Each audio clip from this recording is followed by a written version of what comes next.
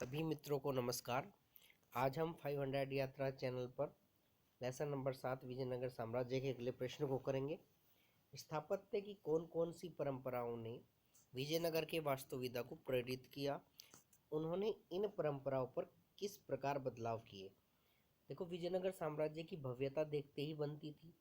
हरिहर और बुक्का ने जब इसकी स्थापना की 1336 में, तो उसके बाद कृष्णदेव राय के काल में आके भव्य रूप में हो गया। साम्राज्य इतना विस्तृत था, अपने चरम पर था, और इसके जो वास्तुविद थे, जो इसके महल थे, जिन्होंने इसके साम्राज्य की राजधानी हम्पी का निर्माण किया, वो जबरदस्त थे। तो उसका बताना है। 14वीं शताब्दी से 16वीं शताब्दी के मध्य विजयनगर शासकों ने स्थापत्य की अनेक परंपराओं को प्रेरित किया। इसका विवरण निम्न प्रकार है। देखो, पहला क्या था? विजयनगर के वास्तुकारों ने सर्वप्रथम विस्तृत शहर का स्वरूप दिया इसे, जिसकी सुंदरता प्रत्यक्ष दिखाई देती है। देखो, विजयनगर जो साम्राज्य था उसकी सुंदरता देखते ही बनती है, बहुत जबरदस्त था और भव्य था। विजयनगर शहर के चारों ओर पत्थर की विशाल दीवार बनाई गई। इसके बारे में हमने पहले भी पढ़ रखा है कि विजयनगर चार दीवारी से घिरा हुआ था। उसके बाद यहाँ के शासकों ने अपनी राजधानी तुंगभद्रा नदी के समीप बनाई। यहाँ से अनेक नहरें शहर में प्रवेश करती थी। देखो, इसकी राजधानी जो थी वो तुंगभद्रा नदी के समीप बनाई गई हम्पी, और यहाँ से अनेक नहरें प्रवेश करती थी, और तुंगभद्रा नदी ही जल की आपूर्ति करती थी पूरे नगर में, किले के अंदर। हिरिया नहर यहाँ की प्रमुख नहर थी, और कमलपुरम यहाँ का प्रमुख जलाशय, जिससे जल की पूर्ति संभव हो पाती थी।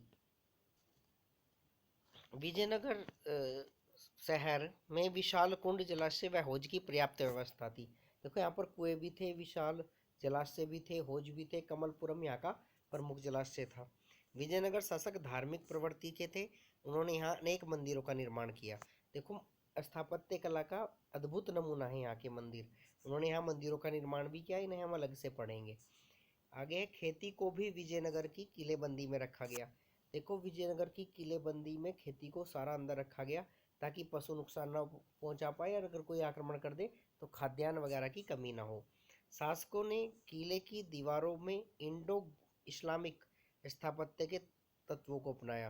देखो, किले की जो दीवारें हैं वो इंडो इस्लामिक रूप में है, यानी उनमें भारतीय परंपरा भी दिखाई देती है और इस्लामिक आर्किटेक्चर भी वहाँ दिखाई देता है कहीं ना कहीं।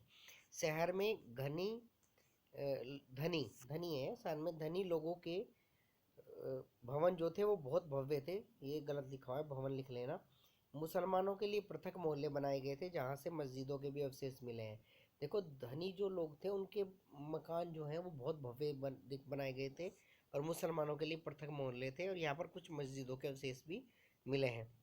इसका मतलब ये कहा जा सकता है कि ये साउथ भारत का भले ही हिंदू राज्य था एक, लेकिन सहिष्णु राज्य था कहीं ना कहीं। आगे, मंदिरों में विजयनगर शासकों ने उत्कृष्ट मूर्ति कला का प्रयोग किया है। देखो, यहाँ के मंदिर बहुत भव्य हैं, बहुत सुंदर हैं, मूर्ति कला बहुत ज़बरदस्त है। इसके अलावा हाथियों व घोड़ों की आकृतियाँ भी देखने को मिल जाती हैं। देखो, हाथियों की बहुत ज़्यादा मूर्तियाँ बनी हुई हैं, घोड़ों की बहुत ज़्यादा मूर्तियाँ बनी हुई हैं। कमल का एक कमल महल में और अन्य महलों में कमल के फूल की आकृति बनी हुई है। तो कुल मिला के कहा जा सकता है कि स्थापत्य की जो मेन चीज़ें थी उन्हें विजयनगर के शासकों ने बहुत ज़्यादा प्रेरित किया, और स्थापत्य बढ़ाने में विजयनगर साम्राज्य की राजधानी हम्पी के स्थापत्य में शासकों का बहुत बड़ा योगदान है। धन्यवाद।